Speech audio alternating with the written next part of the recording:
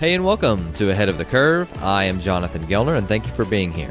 This episode is brought to you by Baseball Cloud. Go to baseballcloud.com to find out how you can have your own data analytics department for your program. Data has a story to tell, and Baseball Cloud gives it a voice. In our final VBCA episode, I get to introduce to you several fantastic Virginia high school baseball coaches. We start with St. Christopher's head coach, Tony Szymendera. Then we have Randy Tomlin, former Major League player and now head coach at Liberty Christian. Then we move to Benedictine head coach Sean Ryan, newly named Fredericksburg Christian head coach Jeff Petty, who's also the president of the EVO Shield Canes. And then we end with Menchville head coach Phil Forbes. Tony Szymendera, welcome. Glad to be here. Thank you. Awesome. Well, we were just talking off the mic about the importance of communication. And you had some really cool ways to communicate with parents. I know that it's something that has become more prominent. Like you mentioned, whenever you started coaching at age 23, you were a head coach, and I'm sure you didn't have to do this then. What are some ways that you communicate with parents? And talk to us about some of the benefits that you've seen out of it. Yeah, a couple of years ago, as a school, we decided that we should communicate more with the parents, sort of on a weekly basis, and we were sort of instructed to write a weekly email, and that quickly got old in terms of trying to construct it because you worry about grammar and all those sorts of things, and it seemed more natural and more accessible to video something. So we actually started this series that we called From the Dugout that we would do once a week, and we usually have some basic segments of talking about the previous week and how it went, how we performed, kind of looking ahead to the following week, what's coming up, what we might be doing to prepare for those teams we might face. Maybe add in a Player of the Week award in which we could actually call attention to, say, 3 or 4 players who had performed well, and then award somebody. We have these little mini batting helmets that we give out as the award, and award that kind of on camera. Sometimes those are not guys who had great stats, but they may have done little things that actually made the team succeed. It could be into something, a practice effort as well. And so we do those, try to keep them 7-8 minutes if we can. Sometimes we'll let the kids take over. We'll call the kids in, and after they've seen us do it a couple times as coaches, we'll bring them in and let them talk, and that's actually fun. So the parents, I think, especially today, unlike 20 years ago where they just sort of turned their kid over and trusted you, you have to build the trust in a way, and they want to know what you're doing. And I think it's a great way to actually build allies, because then they can understand what you're really trying to do as a program, what you're trying to do with their sons, what you think is important. And that's successes and failures. And it's been pretty well received. We've had, even parents of boys who are not on the team, but these are their sons' friends, and they want to hear about it, and they've asked that they be forwarded to them, and so it's usually pretty fun to do. So it's good stuff. No, I love it. And one thing that stood out that you mentioned, and that's that whenever you were telling me that at first, I was like, I wonder how many people actually watch it. And you said that they'll watch it in like the carpool line of just and you said that they like to get it forwarded from other people. So I think that's a fantastic idea. Well, thank you. I wish I could say it was genius. It's every time we come up with something that works, you sit there and say, "Why didn't we think of that 5 years ago?" Definitely, for sure. Well, you've got over 30 years of coaching experience, head coaching experience. Yes, sir. And you started at the ripe old age of 23, so you're almost a player yourself. Whenever you started, and I want to know. So you go back in time, and you can tell your 3-year-old self a couple of things. What would a couple of those things be? Patience, number one. I go back to it was probably about my 7th or 8th year of coaching, and we had an awful year in terms of record. I think we were 3-17, and I still go back to that is when I learned how to coach, or learned what coaching really was, because we knew we weren't going to be very good, and we lost a lot of games late in games because we weren't very deep with pitching.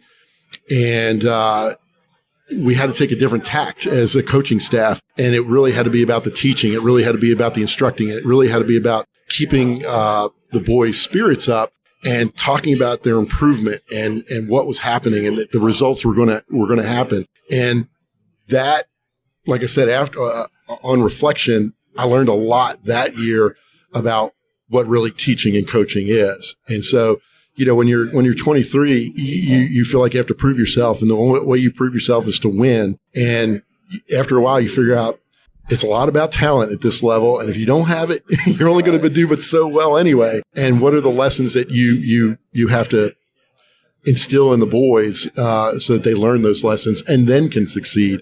So that going back, I'd say patience is number one. And that, that's something that I continually have to try. Yeah. And I've stopped praying about it because last year I lived in Dallas, and Dallas traffic's also awful. And then and obviously being married, you have to be patient with your wife. And now we have a baby, and so I'm done praying for patience. And now I'm to the point where I go, okay, help me be patient. But anyway, so you in the point of reflection that we were just talking about, whenever we look back after the season, what would be a success for you? And you also mentioned that at 23 you wanted to win, but now whenever you look back after the season, if you didn't win a state championship, what would make it a successful season for you? I think, and we talked to our players about this, that we might have a goal of a championship, whether it's a league championship or a state championship. And I think those are two very different things, by the way. League championships, I actually think I sort of value very highly because you have to work over an extended period of time to make that happen. State championships are a totally different thing. They're a one and done, and you can run into one hot pitcher, one great pitcher. It happened to us 3 years in a row in the state tournament. We faced 3 Division I draft guys 3 years in a row, and we thought we were pretty good, and we were done because we faced the wrong guy in the first round. And so if you just focus on that, then most seasons are not going to be very successful. If you try to mark where you are at the beginning of the year with where you are at the end of the year, and you can see growth and progress as a team, and you can measure that in individuals, that's the success. It's not as much fun because you don't jump around at the end of the year and put a trophy in the case and all that sort of stuff. But especially at this level, that's what it's about. The vast majority of guys that I have on my team, this will be the last level that they ever play. And so how do you help them grow, and how do you help them see the enjoyment in the work that will translate into all the kind of lessons for, that school is supposed to be about? And I guess I'm probably a little biased on that because I don't know if you know, but I'm actually the principal of the high school too. Upper school, they call it here. Yeah, exactly. And so, I especially have to keep that in mind in terms of the life lessons. Why are we doing this? We're playing baseball. Yes, at the varsity level, you want to win games and excel and develop kids, but you're also doing it as part of an educational enterprise to bring out the best in those boys that you have and teach them some things about life. Sure, and it sounds like that's something that you're very intentional about. And I would like to know, from a head coaching point of view, I know that we can build leaders, but I want to know how you do it. That's a great question. I think there's a lot of pieces to that.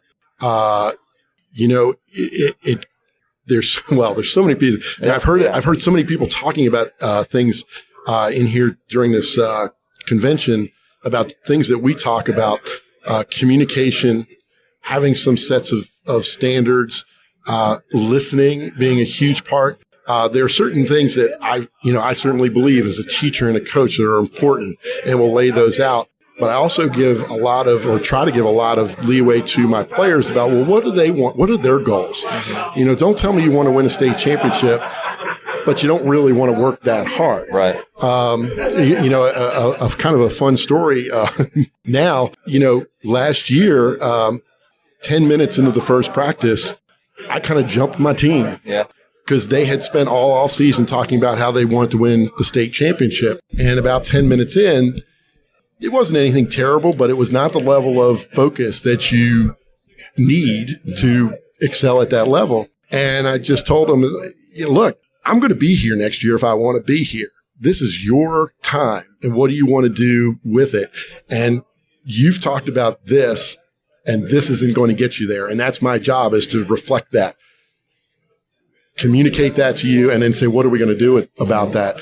And to their credit, from that day on, they actually police themselves more than any coach ever had to. When the effort wasn't there, before I needed to jump in and say anything, the captains, the seniors, the leaders on the team would actually jump in and talk about that.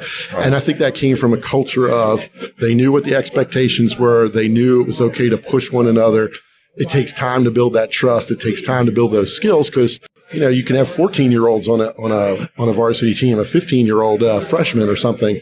And that takes time to build those skills in those guys. I mean, it takes major leaguers, teams time to do that. So to do it with high school kids in a short season is hard. But ultimately, those are the life skills that we're talking about. Well, it sounds like you're putting a lot of ownership on them. Absolutely.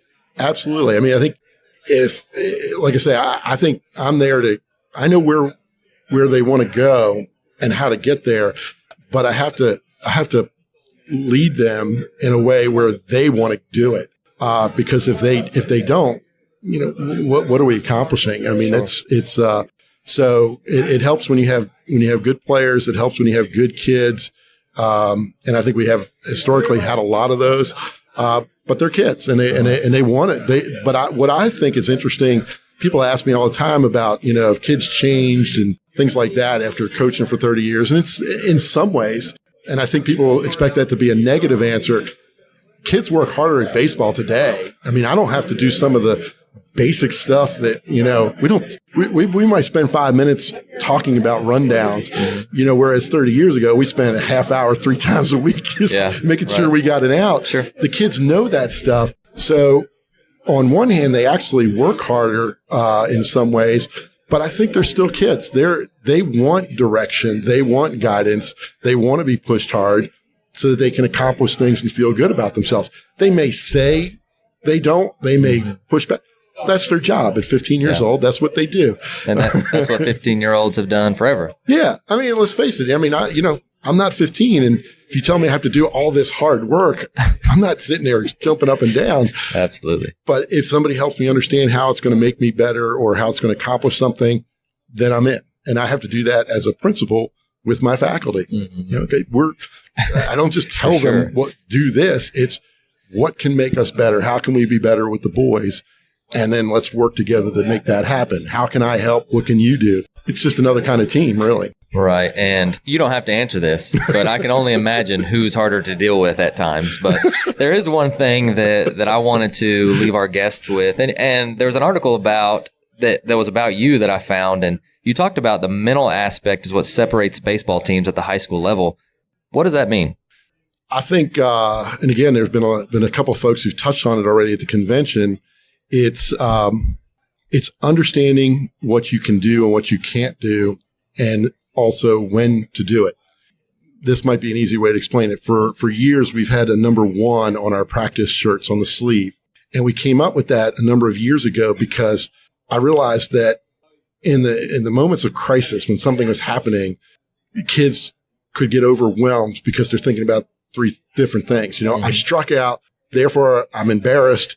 I let the team down. Next time I have to hit, a home run 400 feet, or whatever, or I made an error and now I got to throw the ball that much harder, and they throw it in the stands. And one became sort of a touchstone for how we want to approach the game. And that's one pitch at a time.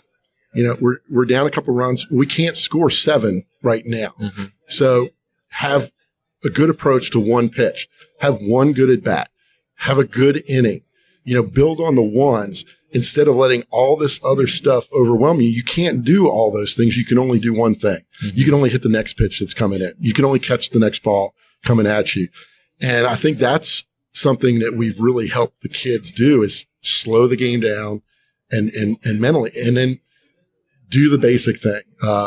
We don't spend a lot of time we don't have the time to have, 6 bunt plays and pickoff plays and things like this. It's, where's the ball? Getting out. Yeah, I like that. That's very simple. Yeah, well, Tony, absolutely. Well, Tony, I appreciate your time, and I'm sure you left us with a lot of nuggets. But again, thank you for being on. Not at all. Appreciate it. Thank you. Coach Tomlin, welcome. Thanks. Well, good morning to you.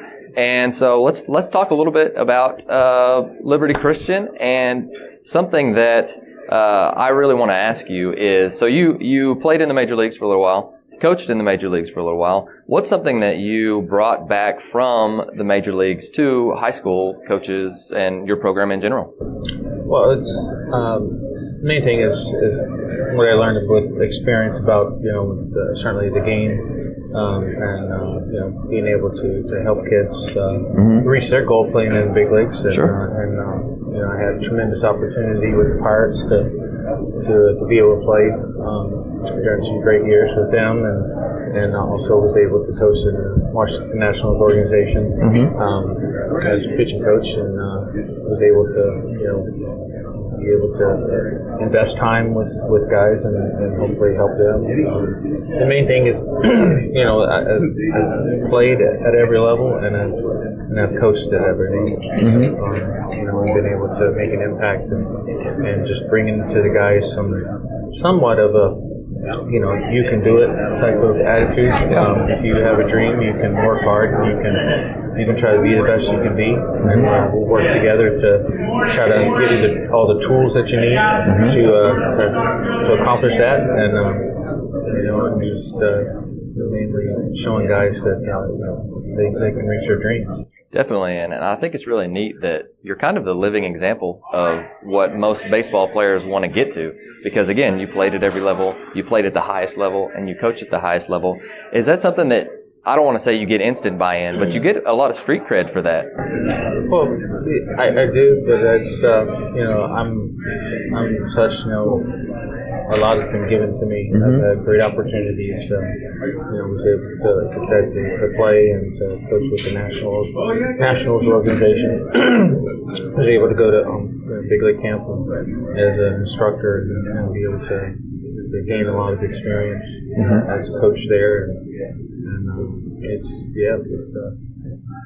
been an awesome time. Sure.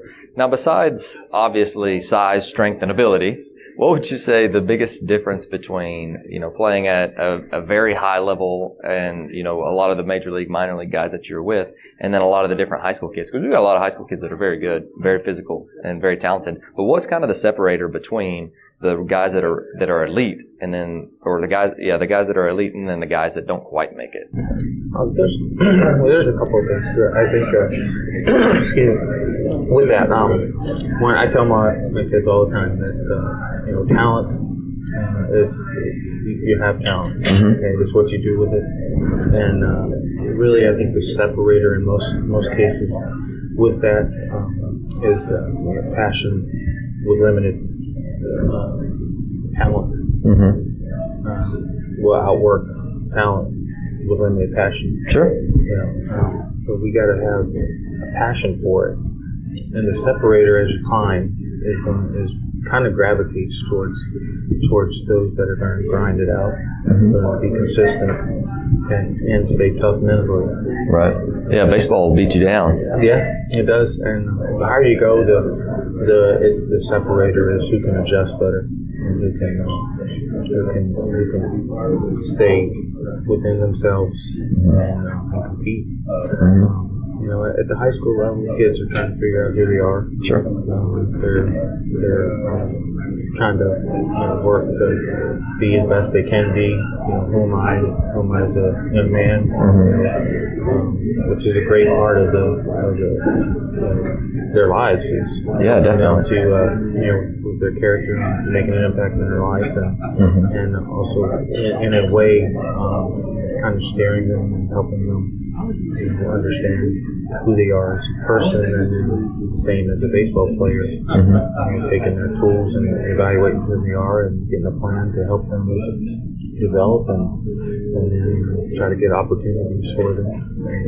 Yeah, absolutely. And something that you mentioned that really stands out, and that's, I guess, consistency. Would that be kind of what you're getting at? It's just being able to stay in the middle instead of riding the highs and then going all the way low. Sure.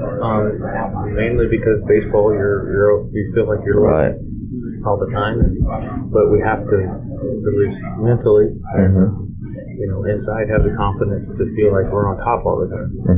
Because baseball will beat you down if you let it. And we have to be mentally tough to believe in who we are and trust their skills, and just go out and keep playing, keep grinding, and keep working. And being consistent is better than getting too high when you're going good and crashing when you're going bad. Right. You just try to stay on that even keel, and ultimately you want to keep learning. You're never as good as you think you are when you're going good, and you're never as bad as you think you are when you're going bad. But keeping the mindset of how can I improve every day, and then it's a gradual increasing process. Cool. No, I think that you're absolutely correct there, and it's something that I'm trying to do myself, and that's just compound days and just to get a little bit better every single day. And I feel like if we are trying to get better, and most of the coaches that are here and most of the coaches that are listening to the podcast are doing that, I think it really sets the tone for them too, because I think if we're doing that, then it just shows them we're not just stuck where we're at, and we want them to get better. That's why we're getting better. Is that how you feel? Oh yeah, absolutely. They're looking to you for leadership and guidance, and in every way, they're going to follow you. And if you come there with the attitude of we're going to work together, and I'm here, I'm prepared today, and prepared for you, I'm going to help you, and showing up every day to work hard, then that sets the example for them. Because if you expect it for them, then you got to do it yourself. Definitely, I firmly believe in that. And so before I let you off the hook, so this is the first annual VBCA convention, and Tim has done an outstanding job of getting a lot of great coaches here, such as yourself. And so, is there anything else that you'd like to offer these guys, or just any of our listeners about just anything in baseball in general? It could be something with the convention, or it just could be some advice that you were given that you could share with us. Well, I think two things mainly with the VBCA starting off. I think it's an awesome opportunity for coaches in the state to connect and to support each other and unite, and to have the resources to grow as coaches, both learning and also friendship, keep friendships, and just being able to have that, and also great learning opportunities that are going to arise, and just that great resource that provide. And then the other is for kids to understand that if you have a dream, pursue that dream with all you have. And I was one of those that was told that I couldn't do it. Never make it to the big leagues. Never play with older kids, better, bigger, stronger, faster, because I was smaller. And I always said, yes, I can. And pursued that with all my heart. And I've been very blessed by the Lord to be able to do what He's done. And I'm so thankful for Him giving me that opportunity. I want to help as many kids as I can. And certainly with the VBCA here, it's a great opportunity for me as a coach to continue to learn and give my kids the opportunity that I had. Sure. Well, I lied, because I just thought of another question for you. And we talked earlier or yesterday about where you're coming from, and that you were with the Pirates for a little while. And you mentioned that you were with Barry Bonds for a couple of years, who regardless of our opinion, is definitely one of the greatest baseball players to ever walk the earth. Besides, again, talent and physicality, what did he do really well, maybe day in and day out, that nobody else did? And what really set him apart? Well, Barry would tell you, he believed in himself. Okay. He believed he was the best and knew he was the best. That goes a long way. Showed up saying, I'm the best. Yeah. And certainly he was gifted beyond most people can understand as a hitter and as a player. But he had a firm belief in himself, and that he was the greatest. And certainly on the field, he was certainly one of the greatest. I enjoyed playing with him. Got the opportunity to play with him 3 years, and got to watch him every day, and I was just amazed at what he could do. Definitely. Well, Randy, I learned a lot from him too. Yeah. That I never just sat there and watched the game. I watched the game. I talked to guys because I wanted to understand how they did it. They did. And won. I got the opportunity to work out with him during the winter. We talked hitting a lot because I wanted to understand it because it's my job to get hitters out. Sure. Obviously, so I wanted to talk some things with him and understand what kind of a little bit of what he was doing. I could even then I didn't understand a lot of what he was talking about. Yeah. I do now, but it helped me to understand the mentality of hitters and learning swings so that I could apply that in my pitch. And when I take a lot of what I learned from him and apply it with my kids now. And what would a couple of those things be? Well, he was great on working on timing. He was working his string really strong on his top hand, and was very observant. It was one of the things I tell the guys. The other team, the other pitchers will tell you what they're going to do. They'll tell you what you're going to do before you do it. You got to learn to observe. Sure. So I kind of coach on that philosophy: observe, interpret, and apply. We have to look at everything, take it all in, interpret it, and then we apply it, and that helps us in every part of our game. And he was really good at knowing that opposing pitcher, and he would often be walking through the dugout saying, "This is what he's throwing right now." And it's just that's amazing. Yeah. As well as I had tremendous opportunity with Jim Whelan as a manager, playing for him, and understanding, managing the game, and dealing with players, all players, the whole roster, and learned a tremendous amount from him as well. Well, Randy, it truly has been a pleasure, and I think that some of the information that you just shared will resonate with a lot of different people. But I wanted to say thank you again, and appreciate you being on the show. Thanks.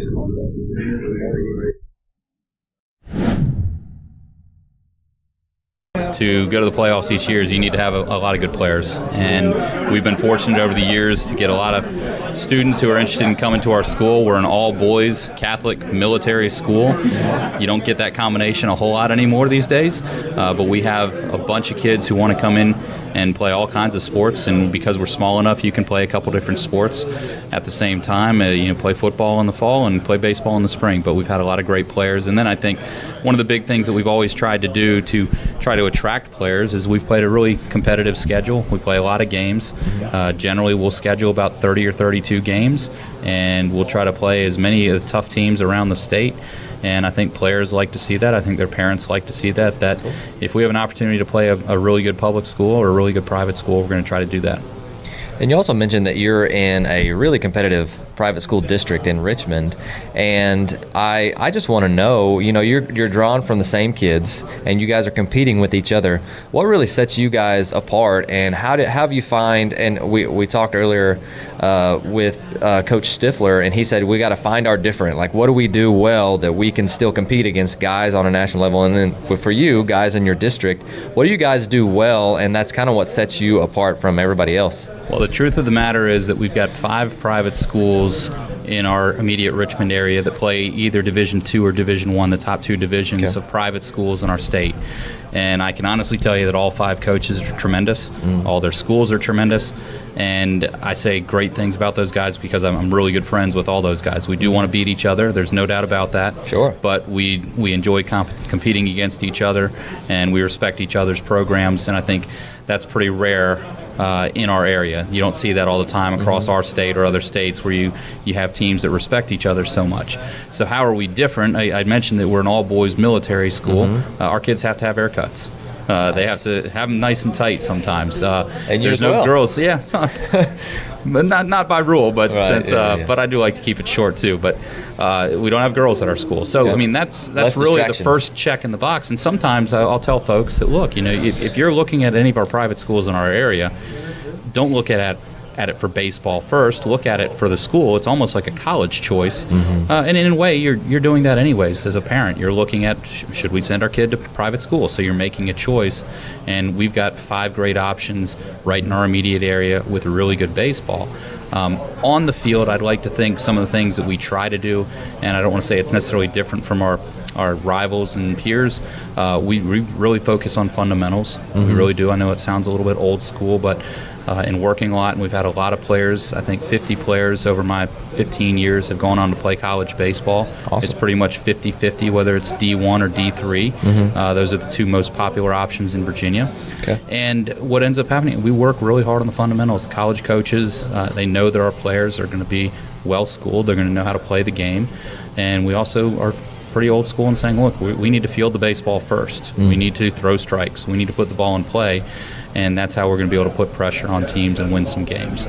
Very cool. And so, being as successful as you have been, whenever you get done with the season, we all reflect and we all are trying to find something to add to our program, and we want to look back and say we could have done this a little bit better or whatnot. But what do you find that makes a successful year? And you mentioned last year you guys went 24-3, and you guys are playing a ton of really hard games. But when you look back on your program and you say, okay, this was a really successful year, winning a state championship or not, this is what made us successful. What would some of those things be?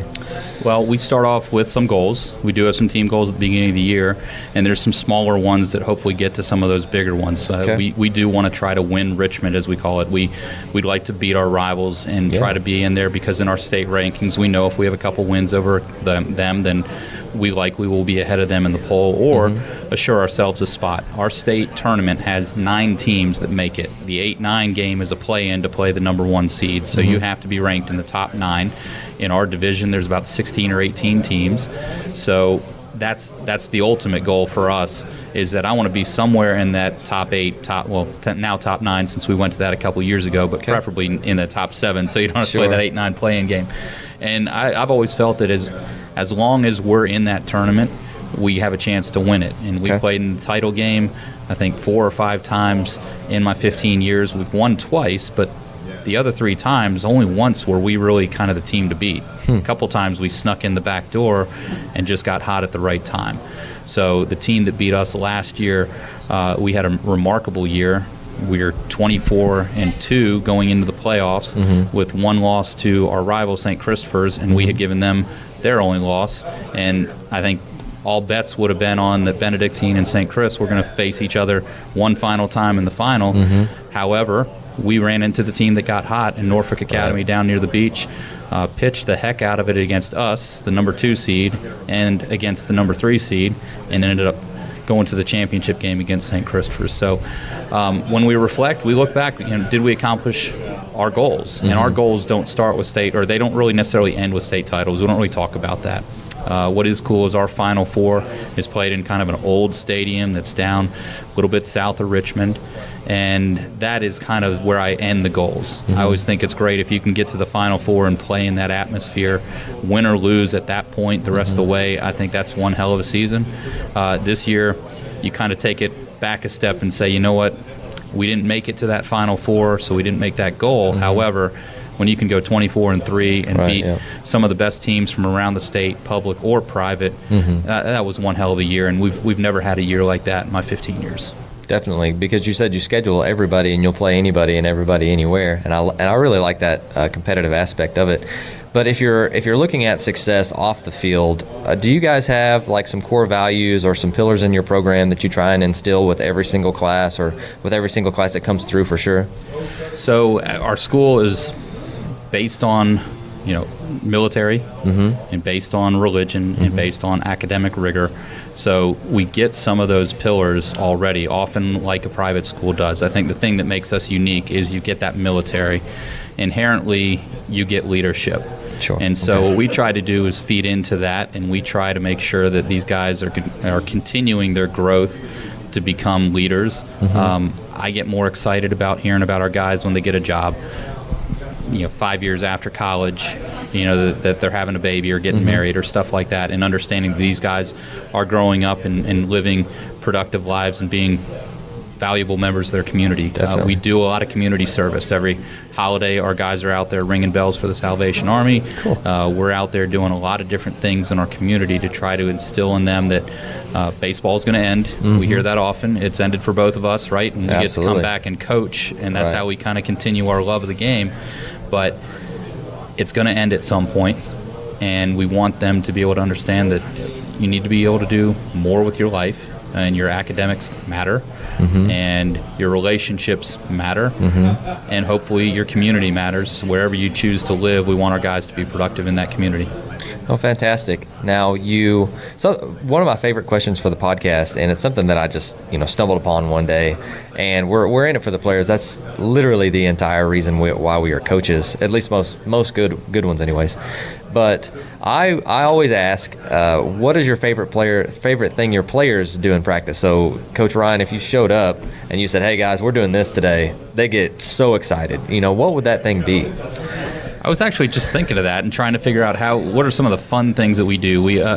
It depends sometimes on the team, though. So you sometimes get guys who, for whatever reason, it's a closer team, or maybe you've got a bigger group of seniors. At one of these clinics like this, I learned a drill called Do the Job, and it can be called other things, but it's where you set the situation, and it's kind of a live BP, live defense, live everything, and we reward points, offense, defense, everything, and the kids get pretty involved in it. They can start talking to each other. I think that's one of the things that they like to do. Sometimes we'll try to simulate, an end-of-game situation where, you pull the infield in and you set it up, and, you winning runs on second base, and so get the game-winning hit, you get to celebrate. Get the game-winning strikeout, you get to sell. And so we try to encourage them to have some fun with it. But I think Do the Job is one of the ones that they really like. Coach Cassidy, Cam Cassidy, is one of my coaches who's going to be working with the Charlottesville Tom Sox here, a summer league team in the Valley League here in Virginia. And he has come up a lot with just a lot of multi-purpose drills that are fast-paced, and the kids like that. But it is fun when we do the job, and that a team has 21 and the team's on 20 and they've got 3 batters left and they got to figure out a way to get a point. Nice. Are they going to get it, or is the defense going to get a defensive point to win the game? So cool. They tend to have a lot of fun with that. Anything we can do to make it more competitive, I'm all in, because the game is. And are we reflecting our practices like that? So and I'll say this too, that you grow as a coach, and through events like this you grow, you hear different things. I think also as you get older, I think, at least for me, I tend to mellow. I have mellowed over the years. Maybe some of that comes with better players or more successful players, or maybe a record like last year. You can't really get too upset when your team is sitting there winning 15 in a row to start the year. We had to find some reasons to, seem like we were mad. It felt like, because you're rolling through the season, and I think over the years, though, I've kind of mellowed out a little bit, and you just kind of let things go, and you start looking for things to reward instead of punish. And I think earlier in my career, you saw everything that the team did wrong, and now, I kind of pick and choose my battles. If the guys are warming up wrong one day, or they're talking too much, or they're screwing around too much, you can either say, we can jump on them now at the beginning of practice and set the tone for the rest of the day, and if you jump on them too hard that day, that practice is gone. Right. Or you can decide, let's see where we are in about 30 minutes and see if these guys get it together, and if they're past screwing around, if we just let them be kids. And that's maybe the thing that I've learned the most. I've coached now for 17 years in high school. This age group, I really love coaching this age group. And you do have to sometimes check yourself when you go in and say, I'm about to deal with a bunch of teenagers, and understand they're going to screw up. Right. And they're going to screw around, and they're going to want to talk about girls. They're going to want to talk about the teacher at school that day, and they're going to be kids. And so I think I've gotten better over the years at remembering that, I'm going to let these guys be kids today. Inside, I might be getting to a boiling point, but I'm going to just let them be kids. And then you come back and pick your battles when you want to make a point of pointing out that they're doing something wrong, or choose that moment when you say, you know what, they're just kids and it's not hurting anything right now. Let's just let them be kids.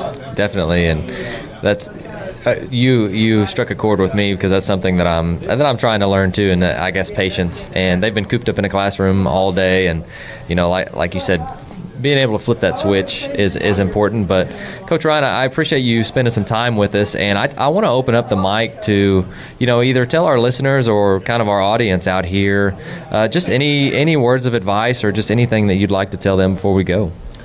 No, I really appreciate it. I think the only advice really I have for the coaches out there is to do stuff like this. And one thing I've learned over the years is that when you have a coach here, especially from a college, who says, hey, you can reach out to me anytime, you can ask me questions.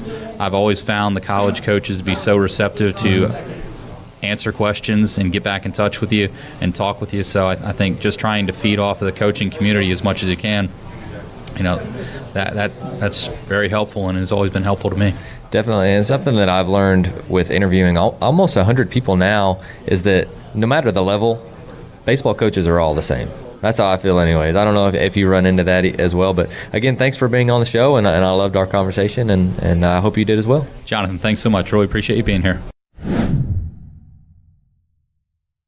Jeff, welcome. Happy to be here. Definitely. So you just got done off the stage for essentially preaching for an hour and a half, and then you decided to come over here and talk with me. Happy to do it, man. I'm excited. I'm really excited as well. And so you've kind of made your name on the summer ball scene with the Canes, and now you're getting into the high school game. You just got a head coaching job, I guess, this year. Yep. And so I want to start off with, what are you going to do in your first year and implement in your program? Well, so I took the job last May, and knew I was going to take it. I think June is when everything got finalized. And when school started, we started doing workouts. We're working out Monday through Thursday before school at 6 a.m. So we lift at 6 a.m. and the kids, shower at school and they go off to class. We hit, in the fall on Mondays, we had scrimmages at 6 o'clock on Monday nights against a local academy. Okay. And on Tuesdays and Thursdays, we hit after school. Got real lucky, hired a really good staff around me. Chris Stowe, who was a first-round pick in 95 by the Expos. He owns a local academy in Fredericksburg, Virginia. Just an outstanding baseball coach and a great human being. Cody Wheeler, who was an All-American at Coastal Carolina, left-handed pitcher. Actually played for me with the Canes in our early years. Okay. Pitched for Team USA, made it to AAA with the Orioles. He lives locally. He's going to be our pitching coach. And then a former player of mine who played at Pitt Community College in High Point, Cam Capel. So there's the four of us coaching this team. And I really believe that you got to have good assistants to do it right. You can't do it all on your own. So we got real lucky there. But, I was saying it in there when we were doing the breakout in the panel. I really kind of entrenched myself in this training stuff and challenging myself to do just different things on a daily basis. You see all these Omaha challenges on Twitter and stuff and Instagram by these highly touted college programs. And I think fortunately we're in baseball, right? Baseball coaches are known for sharing their information. Football coaches a lot of times kind of keep it close to the vest. But, I'll reach out to some of these baseball coaches and say, hey, how many reps are you doing on that sled pull? What's your breakdown on that? And, why are you doing these ropes? And why are you doing it at that angle? And just different things, and asking questions and kind of putting it together, for myself. But it's been a lot of fun. Definitely. And so I want to know, so let's fast forward to the season. You guys play very well. Let's say, the ultimate goal is to win a state championship. I mean, that's everybody's goal. But let's say you may fall short. What would make a season successful in your eyes if you didn't accomplish that? Well, we're trying to go in there and change the culture of this baseball program at Fredericksburg Christian. Also, it's a faith-based school. We want to empower these kids in their faith. Probably first and foremost, we want to empower their faith. Baseball will be a second. We want to be competitive. There's no doubt about it. We want to teach these kids that, we want to win, and we want to compete. And I think that we've got to kind of really challenge ourselves to get better on the daily basis. And it's been a challenge, I won't lie. on average, we've got about 7 to 8 kids showing up every day, which is nice. But there's some kids not coming. And then when they show up in February, and that's what they're used to, right? Just definitely. Showing up in February with a glove and a bat, and I'm ready to go. No, actually, you're not ready to go. Exactly. We had an analogy the other day with the guys. We worked out really hard this week, and I told them, I said, next week we start hitting after school Tuesdays and Thursdays. That's when I can get the facility. But I think the membership there is like $29 a month, and it's key code. It's open 24 hours. It's awesome. I said, pay the $29 and go in there on your own another 3 times a week. So the season starts in 10 weeks, let's say. Let's say you go in there on your own an additional 3 times a week in the two we're hitting. 10 times 3, do the math. Right. Are you going to be better off in that scenario when we play our first game or we have our first practice? You hit all those times during the course of the winter than if you just hit twice a week, or you're the other guy who's not showing up at all. Definitely, yeah. And we're just trying to change that culture that we're going to work hard and we're going to challenge ourselves and we're really going to embrace getting better. Baseball is a game where you have to work at it. You have to. I was a poor 10-year-old player that my dad really pushed me to work hard. And then all of a sudden, by the time I was 12, I was a really good little league player and so forth, and I worked really hard to be the player that I was in high school, and got to go on and play in college and things. But I just want the kids to work hard, and then that will carry on in life. When they're not. I told the kids this week, there's probably not a big leaguer in this huddle right now, but all of you guys can be successful and take this work ethic to whatever you do next in life. Well, and your summer ball team, let's talk about the Canes a little bit. You guys have had more people, was it drafted or Division I in any summer ball program? Because I saw the stat the other day, but I can't remember which one was it. Do you remember which one it was? I don't know. I know we had 140 kids sign scholarships in the early signing period from just this last senior class alone. That's crazy. We've been fortunate. There's no question. We got a lot of great people that involved in the program. Over 100 draft picks, I think almost 20 first rounders. But that's awesome. We've been lucky, and we've had some great players, gravitate to us. I like to think that when we get the kids, we do put them in situations to get better. Just the competition that we face alone. I'm a believer that if you play baseball at a high level and compete against better competition, you're going to get better. And then we really put a premium on family and really making these kids feel like we care about them, and that it's, we stay under one roof with our club that I have, and we eat meals together. We go do things together as a club. We really try to get it to where, we love each other, and when we got each other's backs, and I think when you get on the field and you really feel like that these guys are your brothers and that the coach would do anything for you and he actually cares about you, and it's just not all about winning a baseball game. Man, kids see through that stuff, and you're not going to get the buy-in that you want.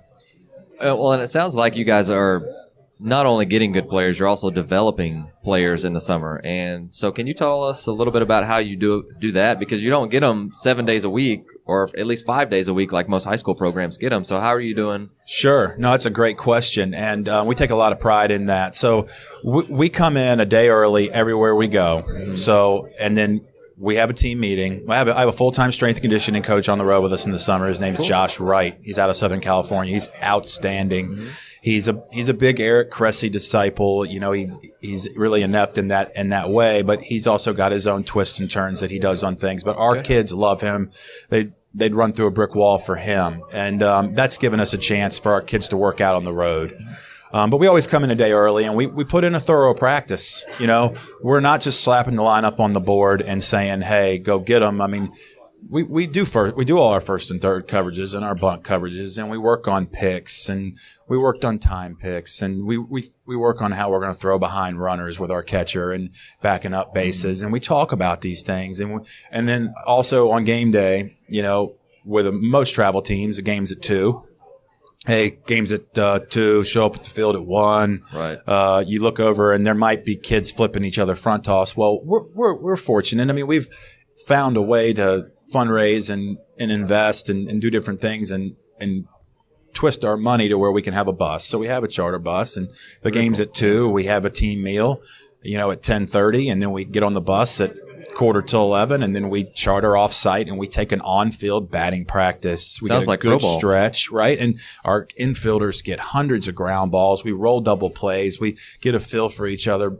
So then when we get off the bus at the game site, man, my shortstop's taking 100 ground balls. Mm-hmm. You know, we've already rolled 20, 25 double play balls, and so then, you know, the ball gets hit to them in the first inning, and it's not the first ball they've seen all day. And that's a common thread in travel baseball. So I think that you give them that experience every day. You know, we play almost 40 games in the summer, 60, you know, over the course of like 62 days. You know, it's not a lot of days off there. And, you know, I think all those reps, and then with throwing Josh in there, and we're also very well staffed. We have our coaching staff, I think there's almost 150 I forget what it was, 150. There was 1,500 high school wins between our coaching staff. That's not me. I don't have one high school win. Sure. Yeah, I mean, Tim Lowry coached for 33 years, I believe, and Coach Connor 30 plus. He's won 500 games. Mm-hmm. Coach Lowry almost 500. Coach Mills has been coaching for I think 20 something years. He's won 2 state titles in North Carolina, and Coach Willoughby down in Fayetteville, North Carolina, you know, been coaching for a lot of years, made the playoffs several times. So that's fantastic. Just great coaches around these kids. So it's not one coach every 15 players. You know, there's actually, and then we got Coach Tomlin, Randy Tomlin's going to be on the road with us this summer. Cool. Yes. I mean, he's an outstanding coach, obviously lots of experience. So we're just trying to make it, you know, where we have a coach every 5-6 players. Well, that sounds, sign me up. I'm ready. But love to have you. Yeah. But so with summer ball, it's really enjoyable for the kids because let's be honest, they don't have to go to class. Right. And over time, whenever you're getting 100 ground balls like you're talking about before, they're compounding that over the summer. And, you know, my worry as a high school coach is the show and go teams that show up and they're playing, which they're getting better, but we get them in August or September, and they have forgotten some of the fundamentals because they are just playing. And so I want to know, and this is just personally speaking for me, we can't blame the kids for preferring something over the other whenever we pit everybody against each other. So I'm talking about high school, college, summer ball, facility guys, and they want to get better outside of just our realm. And as a high school coach, we get done at 6 o'clock. We want to go see our family. The kids may want to go hit with somebody. And so I need to do a better job of communicating with either their facility guy, their trainers, or even their summer ball coaches about how they're progressing, what we saw, what we can add to that, and just have an open line of communication because the player just wants to get better. Right. And, you know, again, if we pit them against each other and their parents, they've got 5 different voices that they're listening to, and they have to choose one. Right. And so what's your best advice on how we can kind of bridge that gap between all of those, or even, just between you and I, just from the summer ball programs to the high school programs? Man, what a great question. We talk about that all the time within, you know, our Canes program, and I'm starting to see it as a high school coach. You know, let's face it. I mean, there's lazy travel ball coaches. There's lazy high school coaches. Absolutely. You got the guy that cares about his kid. So, you know, a high school coach that cares about his players, he's going to get in touch with, he's going to probably have a say and place his player on what travel team that he feels is going to take care of his player, and communicate, get out there and work, be an advocate for your player, because American Legion is not really prevalent anymore. Right. It used to be, you're the high school coach, I know my best players or all my players are going to go play Legion or Junior Legion. Well, that's not happening anymore. All these kids are all over the place. The easy thing to do as a high school coach is just to say, I'm going to throw my hands up in the air. I don't know where they're going to play. I don't care. I'm going to sit back and I'm just going to talk negatively about whatever situation they're in. The harder thing to do, and there's more effort, like you just said, is get in touch with their pitching instructor. Can y'all get synced up? Get in touch with the guy he's paying to. You might not like that he's paying somebody to work with him hitting, but get in touch with that guy, and maybe you guys can get synced up. Get in touch with the travel coach and say, hey, coach, my lefty threw 75 innings this spring. I really would like to see him only throw 20 this summer. Right. Can you make that happen? And when he throws him 40, don't let your kid go back there the next year. Okay. Or, hey, I had a sophomore that pitched for me this year. He was behind 2 seniors. He's really good. He can pitch. he only threw 13 innings this year. Can you get that kid a lot of work this summer? Is there any way we can make sure this kid's starting and going 4 or 5 innings at a clip and not coming out of the bullpen and throwing 2 innings? And that stuff happens. Then all of a sudden you're the high school coach and you're really becoming – you're communicating and you're trying to look after the kid and you know what's going on. It's harder to do that, but it is harder. It would be nice to see that more. And not to, I'll play devil's advocate. No, please. Because, we have almost over 50 players in our program, and it's really hard to figure out where they're all going. But this needs to be from everyone, from everyone's perspective. Because again, if we've got the kid in mind, we need to do a better job of reaching out. But even if just the summer coach said, hey, coach, I mean, that would mean so much to me if a summer coach said, hey, I've got your kid this summer. What can I do to help you? Or what does he do well? What positions can I put him at that would help you? Because I agree 100%. Because summer is great. I mean, we want to put their best foot forward in the summer because the college coaches get to see that. And then when we get them in the spring, just from my perspective, we want to win a state championship, and the summer get exposure and win games in the process. But that just you talked about the 100 ground ball compound effect. That's just going to do the same thing if they reach out as well. And I think most high school coaches would really appreciate that. You aren't kidding. And just so you know, I mean, we do a lot of that. Are we perfect? Awesome. Are we perfect at it? Absolutely not. But if you look at our organization from South Carolina, North Carolina, Virginia, where the core of our program is, if let's say we have 50 coaches that coach in our program, I don't have this in front of me, but I would say 40 of them are head varsity high school coaches. My point to that is those coaches are friends with the coaches of the program that these kids are coming from. It's a network type thing. I'll give you an example. Brian Hucks, probably one of the best high school coaches in the state of South Carolina, head coach at Lexington High School right outside of Columbia, South Carolina. He coaches in our program, highly regarded coach. The team he inherits in the summer, he knows every single high school coach of the kids that are on his team. That's unbelievable. And I guarantee you he's in contact with those coaches throughout the spring, asking them how's so-and-so doing. And he's probably reaching out to them in the summer. Not probably, I guarantee it. He's reaching out to them during the summer saying, hey, so-and-so's really had a great summer, or he's struggling with this. What did you see in the spring? Those type of conversations are happening all the time in our program. And do we need to get better? It almost needs to be in our handbook what you just said. And it was, if you're going to be the head coach of this Central 16-year-old Canes team, which for clarification, that's our team from North Carolina at the 16-year-old division. If you're going to be the head coach of that team, it is your job to find out who the head coach is of each kid on this roster, and you need to reach out to them. That needs to happen. And that might be something we implement. I mean, we're doing it, but I'm not, standing on the treetops and saying you have to do this. And I think that that's the next step. I really do. Right. And just to, as a revolution here, going back to kind of where we started, it's for us being able to open those doors and to communicate, whether it's from whichever side, it's only going to make the player better. I mean, it really is, because if I'm communicating with you, I'm telling you how he did in the high school season. He doesn't have to. So then you kind of have an idea of, from a coaching standpoint, how to coach that young man. Right. And you're not going to get a lot out of the kids sometimes. Sure. Yeah. Someone said something in there that I really liked. As a high school coach, bring the parents in. Like, let them know what you're about. Let them know your style of coaching. I like that. Let them know what you're doing. Because when they sit down for dinner, hey, buddy, how was practice today? What did coach do? You get nothing. You really don't get anything because a lot of kids don't talk. Right. You text them, though. Right. But if you really, truly care about the kid, like we all claim we do, then, the travel coach needs to be better at reaching out to the high school coach. And the high school coach needs to take an active, an active play in where his kids are going. Sure. And I would make a statement here. And I don't know if summer ball is everyone keeps saying, well, you need to get in line with summer baseball because it's not going anywhere. Well, you don't know that. It might. I mean, no one probably thought Legion ball was going anywhere 20 years ago.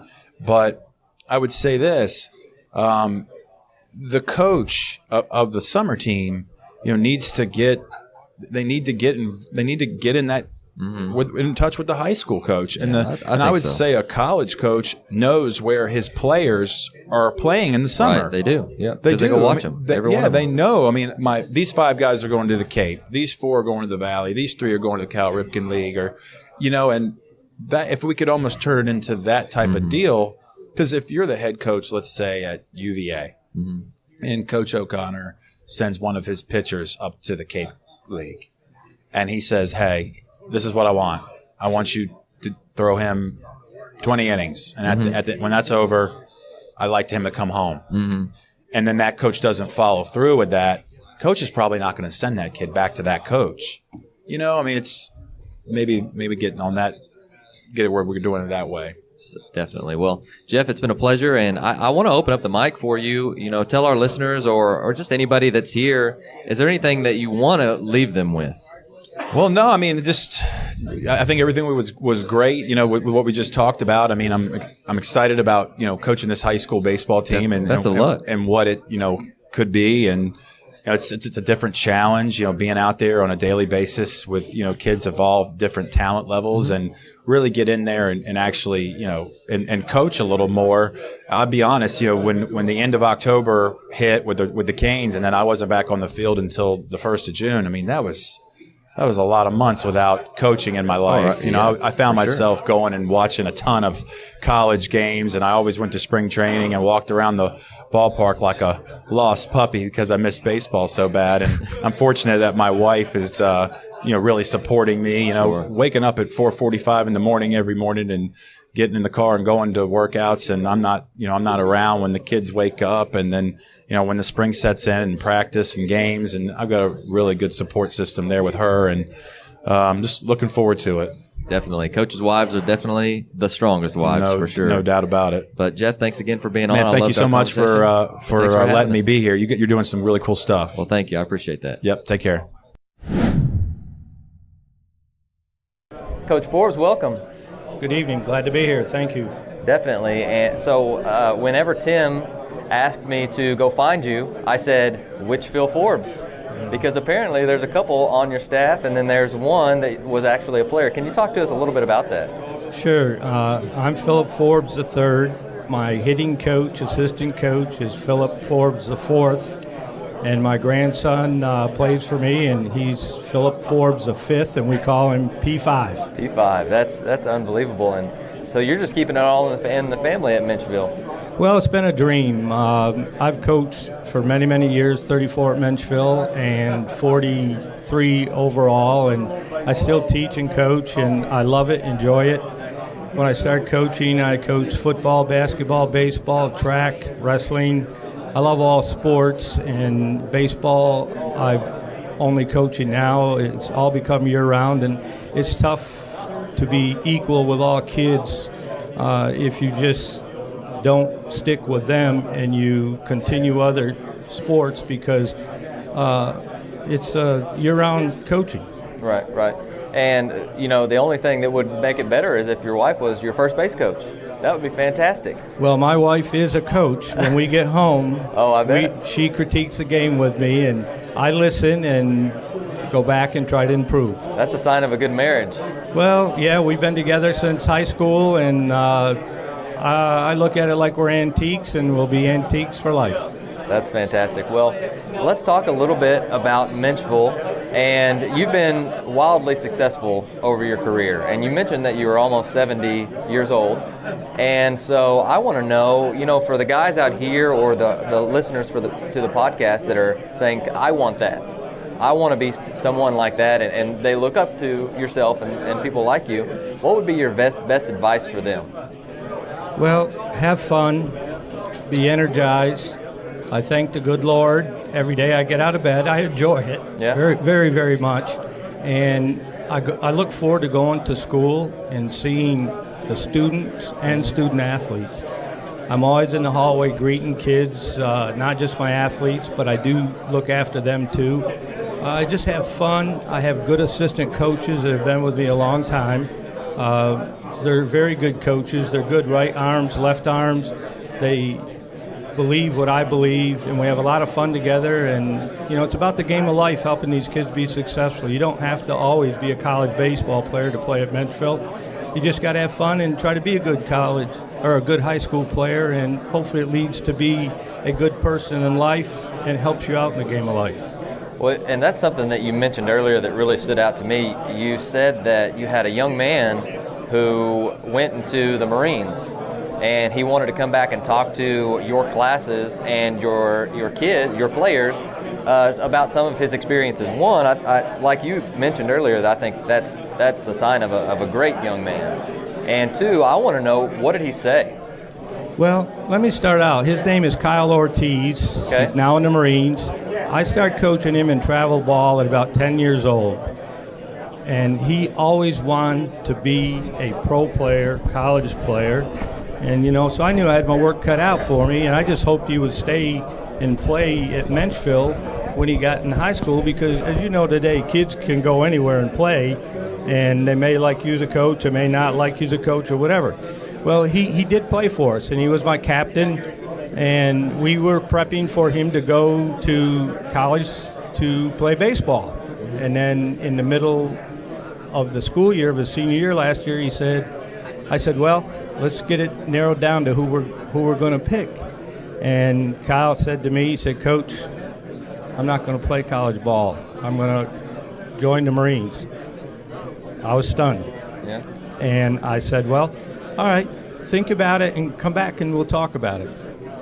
I thought he'd come back and say baseball, because we had colleges interested in him because of his ability. And so anyways, the day of graduation, they were there picking him up after graduation. He didn't go to the festivities or anything, and he went on to the Marines. He came back from boot camp in September, and he came up to school, and he called first, said, can I meet you? And I said, heck yes. And he said, I want to talk to your students in the classes, and then if you could, after school, I'd like to talk to the baseball team. And I went, okay, yeah, sure. I didn't know what to expect. And that young man said, you guys all think Coach Forbes is tough and hard. He isn't. He said, just listen to him and do what he says, and he will steer you right, because what I'm doing now is a lot harder. And, the gentleman that talked today in there, the colonel, really touched my heart, because he said, these guys volunteer. In my day, you went home and watched TV for your number to be drawn on the draft. Luckily, I wasn't. And you know what? That really hit home when he said volunteer to fight for our country and help our country, and not go on to play baseball, which is every kid's dream. And this young man is a man. Right. Kyle Ortiz is a man. And he's helped me understand life better just in the last year. And so I would, consider every coach to understand that it's not just about baseball, it's about the game of life. Is that your measure of success whenever you've got a student who does that? And maybe there's some of our tougher ones that end up being our best in the long run, but is that a measure of success for you whenever they do come back and they say those things? It's very heartwarming when they come back, because you know that you were successful with them and they believed in you. And that's what's important. And I believe that's a big energizer for myself at my age. I know someday I got to walk away. I know someday I'm going to hand the reins over. And as long as I can keep helping these kids with a game of life, and I wake up every morning, sit on the edge of bed, say, thank you, Lord, for this day, and hopefully it'll be a great one, I'm going to keep going. Well, I love that. And, one question that I want to leave, because I think that this is a really good reflection question, and I think that it's something that we always are looking back and saying, hey, I wish I had done this a little bit different. So if you could go back and you could talk to your first yourself as a head coach, what would you tell yourself? Winning is the most important on the field. It's winning in the heart of the kids and watching them grow, watching them be successful. But I also want to say to each coach out there, don't forget your family at home. They're as big as part of success as we are at Menchville. It's all about family, and it needs to be contributed also into with our teams. And it's about enjoying life. And it took me a while, years, to understand that the winning isn't as important as life is with these young student athletes, because we always think winning is a measure how good we are. But you know what? I'm good with it. I just want to be part of these kids' lives. Definitely, I love that. Well, Coach, I appreciate your time, and it sounds like you've had a very fulfilling career, and here's to 30 or 40 more years. Thank you very much.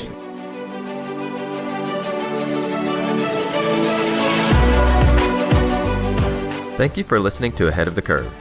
Before you go, I'd love to be able to get in touch with you, and we have several different ways of doing so. You can follow us on Twitter and Instagram at AOTC_podcast. You can join the AOTC Coaches Facebook group, and if you want to be a part of the mini clinic emails, both of those links are listed below. If you enjoyed the show, please consider leaving us a rating or review to help others find and stay ahead of the curve.